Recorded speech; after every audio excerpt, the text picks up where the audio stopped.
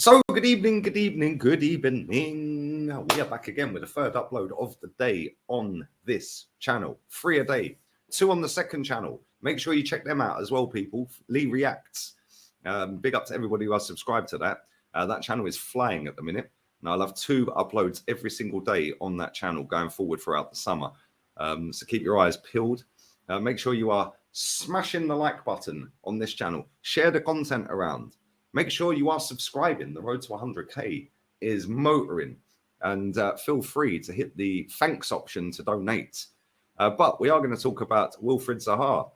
It feels like the whole lifetime I've had this channel, Wilfried Zaha has been linked to Arsenal. Back in the Unai Emery days, Unai Emery made it abundantly clear he wanted Wilfried Zaha. So what did the football club do? They went and signed Nicola Pepe, because that's how we roll at the Arsenal. But he is a free agent in 23 days. He'll be leaving the club. 23 days from now at midnight, he will no longer be a Crystal Palace player unless they can somehow find an agreement for their former academy graduates. And yeah, it's kind of mad how we're linked to him every transfer window. But I said in January when we were linked to him, I'd take him. I'll take him instantly. He's better than Eddie Nketiah. Miles better than Eddie Nketiah. Reece Nelson, he's better than him. And we've just given both of them. Well, last summer we gave Eddie Nketiah 100 grand a week and this guy's number. And this summer we're giving Reece Nelson 60 grand a week after scoring the game changer goal of the season. And that was his 3rd goal of the season. He did only play 589 minutes, but that's by the by. The fact and reality is we're shelling out 160 grand a week on 2 players that are clearly not good enough to play for Arsenal Football Club.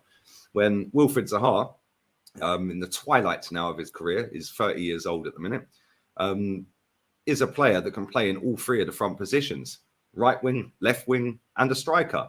Instant upgrade on both of the players I've just mentioned. And no transfer fee. Surely that would have been right up Arsenal's street, because we've done it with Reece, who was out of contract at the end of the month. We've done it with Eddie, who was out of contract when we signed him up. So why didn't we save the 160 and give it to Wilf? Didn't even need to give him that much. He's reportedly on about 120 down at Palace. He is their club legend. They gave him a big mural at the end of the season and all of that. But listen, let's say we did give him 160 grand a week. That 160 grand a week would get more output out of him, and he can play all 3 positions than we would out of Eddie Nketiah and Reece Nelson. Yeah, that's just my opinion on it. Listen, you guys may differ. You might say, nah, we don't want him. He's not good enough. We should go and get someone else. But let's just put it this way. We could have binned Eddie this summer, binned Reece this summer, saved 160, kept Balogun and brought Zaha in and gave him the money that we've saved on Eddie and Reece. Instantly, our attack looks miles better. We've got Balogun, who I think is a massive upgrade on Eddie Nketiah, and we've got Wilfried Zaha, who I think is a massive upgrade on Reece Nelson. So it kind of makes no sense to me. But listen, this club does move in mysterious ways, people, as we've seen for every single transfer window for as long as David Dean's left. Really, it's been a bit of a shambles, really. The transfer window, signing Petr Cech. Oh well. No one was available. Then we're getting all the PR that comes out ever since Edu and Arteta have been here. We're not just going to enter into bidding wars. We're not just going to buy players for the sake of buying players. But then we go and make stupid bids on deadline day for Douglas Luiz. And then we don't bother going back in to get him. We make stupid bids for Jose Mawar.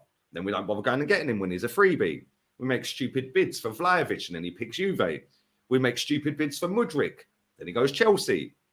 We can go on and on and on and on and on and on and on. And around and around and around we go. But then the PR gets spun back the other way and everything's great. You know, we're keeping Reece. You know, we're keeping Eddie. Everything's good in the club. Everything's amazing. We're so connected. You know, we've brought it back. Everyone's happy. Everything's great. We've won nothing, but it's just good vibes. We've even bought a dog. You know, I mean, is the dog getting paid? Who's looking after does anyone know who's looking after the dog this summer? Is it taking it in turns like you did with the gerbil at school? Oh, you can have the gerbil this week, Tommy. Oh, next week, you can have it, Susan. Next week, you have it, Dave. Like, come on, turn it in. What is going on here? Yeah, Wilfried Zaha for me would have been a perfect signing. Yeah, wouldn't cost a fee. Yeah, put him on a 3-year deal, job done, or even a 2-year deal, 150, 160 grand a week. Yeah, job done. You've got an instant upgrade on Reece Nelson, and he can play up front as well. Andy is a problem. Listen, I don't rate Wilf massively highly, but one thing I do know is when that guy is on it, Andy is an Arsenal fan, by the way, so he would play a little bit harder and try a little bit harder than maybe necessarily not an Arsenal fan. I don't know. Maybe that's the thing. One thing I do know, though, is when Wilfried Zaha does want it, yeah, he is a very, very good player. The way he glides past people, he draws fouls, he wins free kicks. Yes, he sits most of the game on his ass, moaning at referees. Cool, whatever. But if you get him playing properly, yeah, the guy is a massive problem, and he can take defenders on like it's nothing. So, and he can score goals. I mean, he's not prolific, but at the same time, neither is Eddie Nketiah, neither is Reece. Oh, yeah, but Lee, they don't play that often. Looking at Wolf's stats now, 7 goals, 2 assists last season, 27 appearances. Season before, 14 and 1, 33 appearances. Season before, 14, by the way, equals Gabriel Jesus' best ever season. Season before that, 11 and 2 assists. Season before that, 4 and 3. Season before that, 10 and 5, 9 and 3, 7 and 9, etc., etc. Yeah, but at the end of the day, this club wants to keep the youth project going, which is why they've signed Reece Nelson up, which is why they kept Eddie Nketiah last season, because they want to keep this stupidness and this facade and this absolute PR train of, we've got a young squad. We've got a young squad by design. Reece Nelson was out of contract. Let him go. Instead, no. Here you go, Reece. I have £60,000 a week for the next 5 years. Why?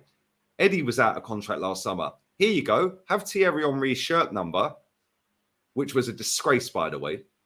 The king. You give him the king's number. He's got the statue outside the stadium because he was an elite level football player, one of the greatest of all time. Got a statue for scoring the most amount of goals at Arsenal.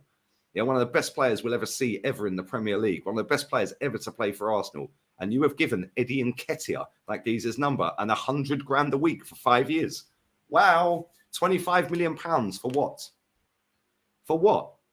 And now we're giving Reece 15 million for what? Yeah, but we have to keep the facade going. We've got a young squad.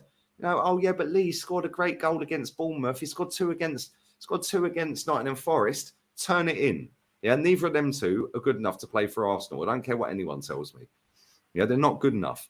Yeah, Wilfried Zaha, like I said, when he wants it and when he fancies it, and for me, he'd be a bench option. He wouldn't be a starter, although there is games you could start him. Yeah, he would be a better viable option off the bench than Eddie Nketiah and Reece Nelson, in my opinion. And people sit there and cry and moan and bitch. We can keep Balogun. We could get Wilf Zaha in. And for me, that is a better two than having Reece and Eddie. Yeah, and if people want to disagree with that, cool, it's your opinion. But for me, it makes total sense. Balogun's on the books anyway. Get rid of Eddie, get the money in for Eddie. Get rid of Reece, he's out of contract. And now go and get Zaha, who's free.